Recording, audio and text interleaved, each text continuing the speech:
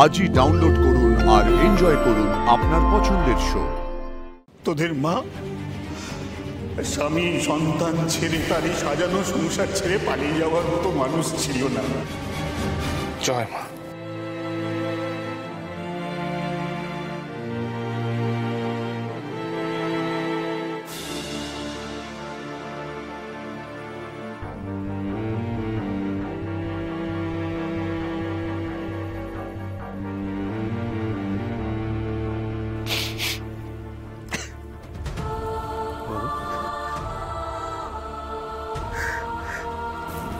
বাবা, কি তুমি তুমি কাঁদছো কেন? হ্যাঁ, আচ্ছা তুমি যদি এইভাবে ভেঙে পড়ো তাহলে তাহলে ময়দানে নেমে লড়বো কি করে বলতে পারো? ছোট থেকে তো একা একা লড়াই করে যাচ্ছিস সোম, আর কত লড়াই করবি? লড়াই করতে করতে নিজেকে আর কত ক্ষত বিক্ষত করবি এই সংসারের জন্য? আর কত বলতে পারিস? লড়াই কি আর আমি আমার জন্য লড়ছি? লড়াই করছি আমার বাবার জন্যে, আমার 4টে বোনের জন্যে, এই গোটা সংসারের জন্য। আর আমি কি করছি? আমি কি করছি? কিছু না, কিছু না, কিছু না, কিছু না। বাবা, বাবা তুমি তুমি যে একটা বট গাছের মতো আমাদেরকে ছায়া দিয়ে রাখছো।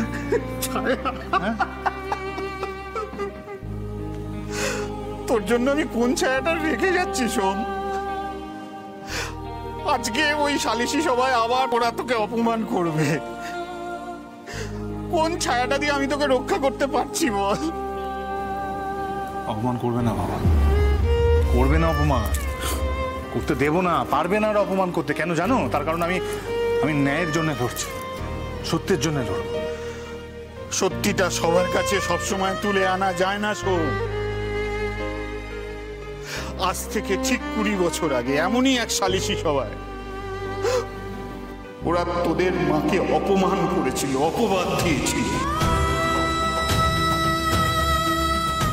আর আমি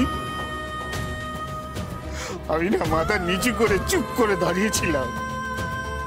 কোনো সত্যকে আমি তুলে আনতে পারিনি, কোনো সত্যকে না।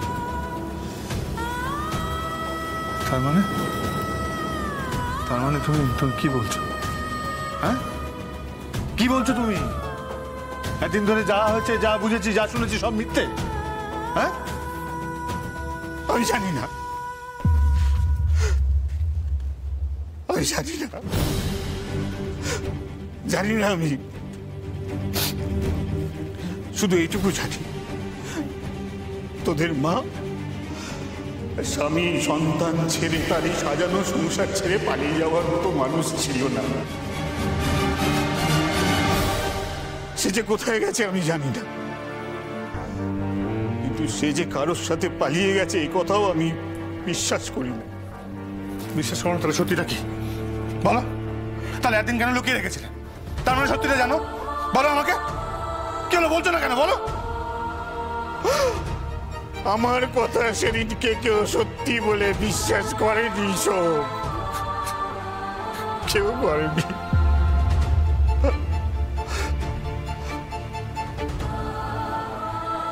আটপৌড়ে সত্যি অসালো মিথ্যের আড়ালে না চিরকাল চাপা পড়ে থাকে সব, চিরকাল চাপা পড়ে থাকে।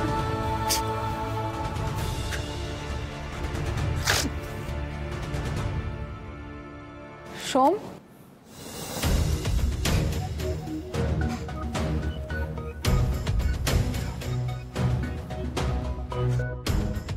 কি হয়েছে? কিছু হয়েছে? হ্যাঁ, না পার্বতী, কিছু হয়নি। তুমি হঠাৎ এই সময় বলো? মা তোমার জন্য আশীর্বাদী ফুল পাঠিয়েছে। ও, লক্ষ্মীমা আশীর্বাদী ফুল পাঠিয়েছে? বাহ। মা আর কি বা করতে পারে বলো? সারাটা সকাল তোমার জন্য প্রার্থনা করেছে যাতে তোমার কোনো বিপদ না হয়।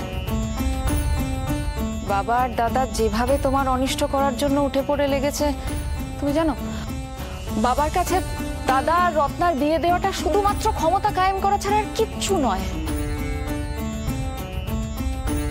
এর জন্য যে বাবা আর কত নিচে নামবে। তুমি জানো ওরা কি করেছে? তুমি জানো তোমার ফেলে দেওয়া কার্ডগুলো ওরা সারা গ্রামে ছড়িয়ে দিয়েছে, সারা গ্রামকে নেমন্তন্ন করে দিয়েছে। তোরা এগো, আমি আসছি।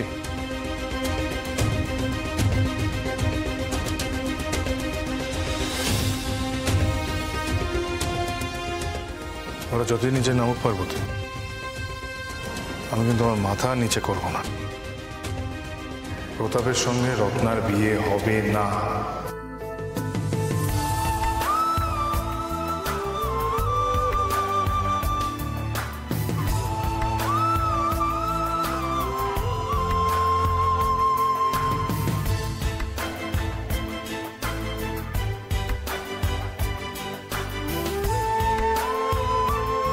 তুমি শুধু এই মনের জোরটা হারিও না সোম।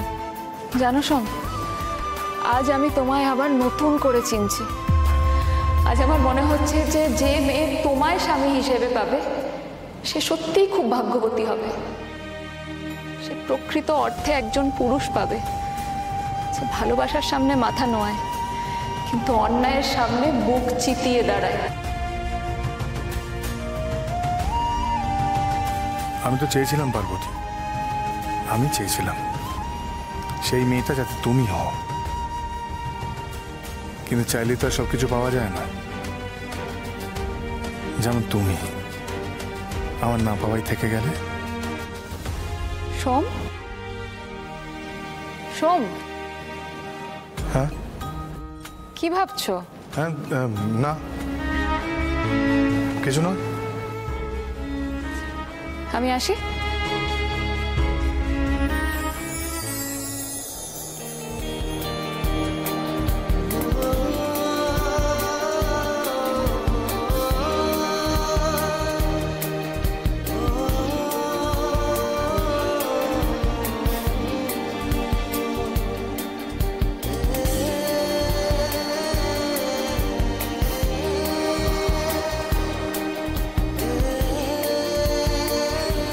কিরে, তোর তো সালিশিতে যাওয়ার কথা, সবাই তো এসে গেছে, তুই কখন যাচ্ছিস? যখন সময় হবে যাবো। বাবা, কথায় তো ফুলঝুরি ফুটছে রে তোর, একদম লাইফে পেতে একদম মাথায় উঠে গেছিস দেখছি। হ্যাঁ, তোমার মতো আর পা চাটতে যাই না মুন্সি কাকা। বুঝেছি, সবই বুঝেছি। কার জন্য তোর গলা এত চড়ে যাচ্ছে সব বুঝতে পারছি। ভালো, আমি তাহলে রায়ের সাহেবে গিয়ে এটাই বলছি।